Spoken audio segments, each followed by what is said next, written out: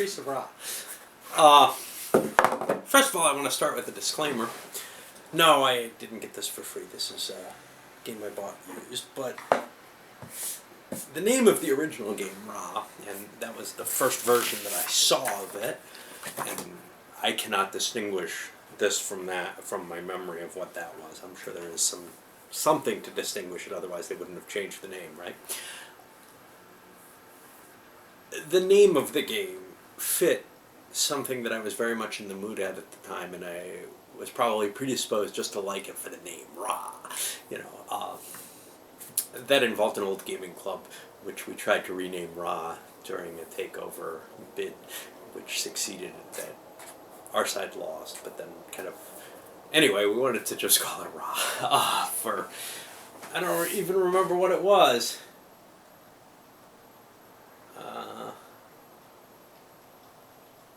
Yeah, I don't remember. It wasn't spelt that way. It was like spelt R-A-H or something.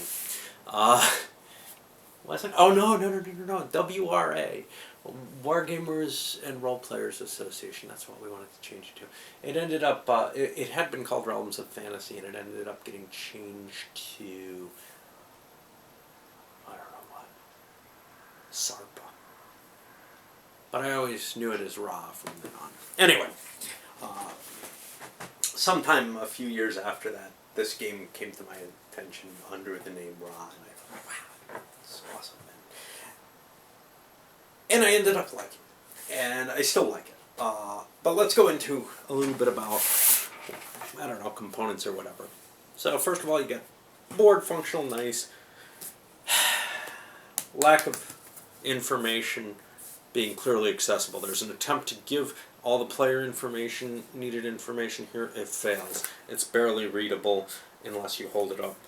Well, maybe my eyes are bad. But not the best situation. The rule book, not the best situation either. It's not that it's terribly complicated. It's not that when you're reading it, you say, oh, I don't understand what's going on. Oh, there might be some kind of, until you get to the scoring, what am I doing, why am I doing this? But, it's not very long, so you get to that scoring pretty quickly. Half of it's in German, so you're looking at, 1, 2, 3, 4 pages of rules. Probably 4 pages of rules where you only needed 2, but that is actually more of an issue. When you're trying to look for something in here, even though it's very short, because it's all done in text, it's kind of tough to understand and find the pieces you want. It's not laid out, it's laid out too broad. If you know my posts over on the Intertubes, I tend to like to format things in little columns.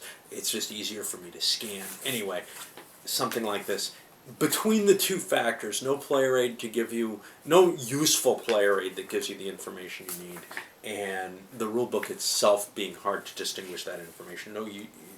No charts for the most part. Sure, there's one up here, but most of the information is spelled out, and it's also spelled out in a kind of annoying order. You score 20 points for having 4 or more, 10 for having 3, 5 for having 2. I want it in the opposite order. I'm always looking at it and saying, 20 for having 4. I don't have 4 or more. Okay, great. And I want to put it away right there. But there's 2 more clauses that I have to read through. It's most likely I'm going to have a lesser number, right? So that should be spelled out first. Anyway, minor gripes, but they are an annoyance in a game so small. Other components, the little wooden pieces are great. These, we saw not enough of them to handle the final scoring. Probably can hold you up anywhere up until then, though, and you can either use paper and pencil or a calculator or whatever to figure it all out. But it's kind of nice to be able to dish out the pieces. Of course, they made nice quality ones. They could have probably given you more of them if they made them cheaper. There are just enough ankhs for everyone to maximize their score in them. I think that's fine, but that's very unlikely that you'll reach that point. Game did not come with a bag in the version I have. I don't know if the person who had one... Well, it came with this bag, which is pretty good. It fits in the box. It's a little tight for all the pieces. You really have to kind of jumble in here and do it. I've got bigger bags that work better, a bigger bag that works better, but it wouldn't fit in the box as nicely, and I sure don't want to spend it on always being in this game. So this one sits here, and it's fine for that. Although I could put all the pieces in a plastic bag and move it to that. The game might have come with a bag. Oh, let's see. Not listed in... Oh yeah, it's listed in the components as a bag, so I'm assuming it came with one. I'm assuming it came with one that was smaller and less pleasant to put your hand in. I've seen most of the bags the Euro games come in. They work fine for most games. They would not work for this. This is certainly an improvement, and I want to thank whoever I bought this from for not including the regular bag and having this thing instead, because the original bag would have been far inferior. And I can't afford Crown Royal anyway. I drink cheap brandy. Okay. Getting that out of the way. And the box is fairly sturdy. Serviceable. I wouldn't want to drop it behind my bookcase like I did with Founding Fathers, but I wouldn't want to do that too much except GMT boxes. Not that I hate GMT boxes, but they're like armor plated. Okay, I wouldn't really want to drop them back there because it was a pain in the ass to get it out, but I think they, like, damage the wall before they got badly damaged themselves. Although it's probably possible to damage one of those boxes by running it over. And yes, I kind of make fun of them because they certainly put a lot of... There's got to be a significant cost to armoring your box that much, but it's a great company across the board. So I'll forgive them for making such damn good boxes. But back to this, to Rob. For me, this is just about the perfect Euro game. I'm beginning to really feel... So, I had played some Euros before, didn't really know... I knew some I liked, knew some I didn't like. I'm really beginning to get a feel for what I really like and what I don't like. Now, you could say, dude, you rated this as 6. Yeah, maybe it deserves more, maybe not, I don't know. But... things like this, like Carcassonne without lots and lots of expansions, although I haven't played it with lots and lots of expansions, they're very, very light. They're things that I can play as a filler. You're probably saying, oh, dude, it says it takes an hour, that's not a filler. Okay, but for me it is, and I think for some Eurogamers, this almost feels like one as well as this Carcassonne. It's on the very light end. You may want something shorter, although I'm happy with this. But I've got tons and tons of much, much longer games, not war games, things like Here I Stand or Pax Britannica or Britannia, that a lot of you will call war games. And we'll do a video on that sometime. And 18XX and even Crayon Rails, although... it's certainly in the longer feel of things. It's not like I like Britannia that much. I have a lot of games that would be, hey, this is what I'd like to play this session. And it could be planned in advance. This suits that, let's bring a couple of games to a coffee shop. Although, it's a little bigger than I'd like to carry to a coffee shop, probably. But it doesn't take up a lot of space, so it would work well for that if I'm willing to carry it. Or if I'm here at home and have people here, yeah, that doesn't happen. Or after work with my wife, she doesn't usually want to play anything more than this size on a work day. Or most any time. But I force her to. All these things, all these different slots, it fits into in a nice way where it's not painful, it's fairly easy to learn and get the hang of. And most importantly, I don't have to think hard on the decisions. I'm not saying there isn't choice, there isn't interesting choice, but there's enough randomness in there that I know that I can't calculate it all out. So I don't bother trying. I play it on gut. Maybe my gut is not perfect, okay? But I don't feel like, and I don't feel this in poker or bridge or anything else, I don't feel like I want to, you know, determine the probabilities of something lying in a certain way or think too hard about how somebody bid and what that'll mean on them or whatever. And in this, other than probabilities, there isn't much you can do there. There's a little bit of calculation you can do at the very end. Hey, this is worth X points to me right now. I can take it and I won't lose points. So I'd better do that now because it might deprive somebody else of some options. Or I want to let it play out a little further and see how it goes, or whatever. There's a lot of choices like that, but they're very easy to determine. They don't take a lot of counting. You don't have to look at everybody else's carefully. The hidden points, another plus for me.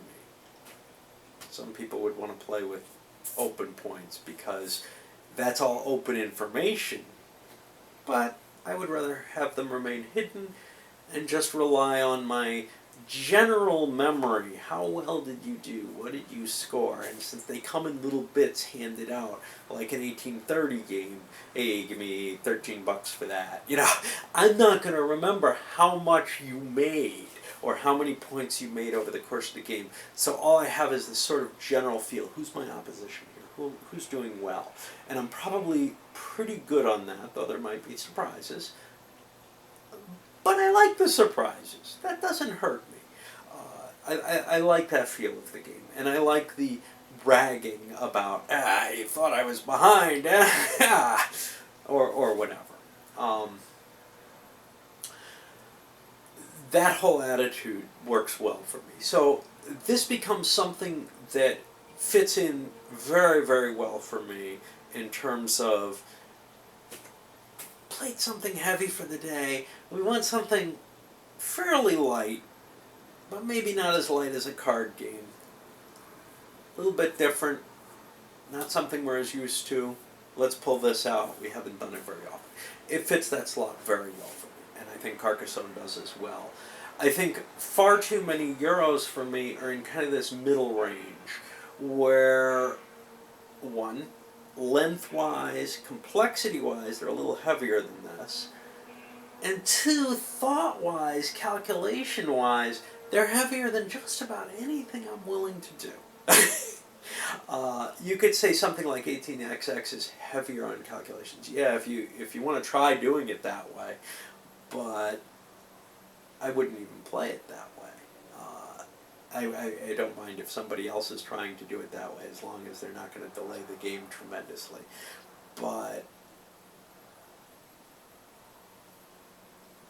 I'm not thrilled with something like Democker, where I feel like I can look at the entire situation and really should be calculating out. The game has this certain, I don't know, gravitas about it that says, it's not really about anything.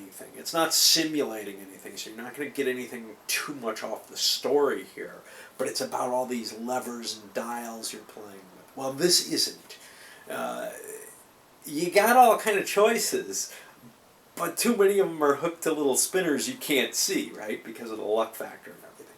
So that works really, really well for me. And I could see with some people maybe that's not what they like, but they're probably not people who are too interested in my views on games. Anyway, does this deserve more than the 6 I gave it? I don't know. My ratings are kind of a weird situation because there's a certain level of, okay, but how often would I really want to play this? I get a kick out of it. I get a kick out of Carcassonne. They're fun games. They don't tax me. They don't make me miserable the way some games do. They don't have a story. Carcassonne almost does. It's almost got something you can watch happen. This thing doesn't. I've just, I've got tiles. I'm collecting tiles, whatever. But for that level of representation, which is nil, and I feel perfectly fine not having to think.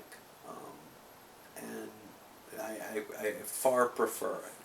And this feels like it kind of plays out in that sort of way. So I'm obviously, with my thoughts, I'm staying more and more away from these heavier Euros. I've bought too many of them as it is. But with this, you know, okay, should I be collecting light heroes? No, I don't want to do that either. I got enough of them too. I've got a handful of them. Um, they're things that wouldn't get played a lot. I'd rather have a deck of cards because I can carry it easier. There's more games that can come off of it. But it's nice to have something like this, and I think it's a fairly good game. Um, in the same sort of spirit as a deck of cards, you know, is playing like Tricorn Ratfuck or Oh Hell or something like that is probably less thinking in this than in Oh Hell. But fast pace, and that's nice. All right.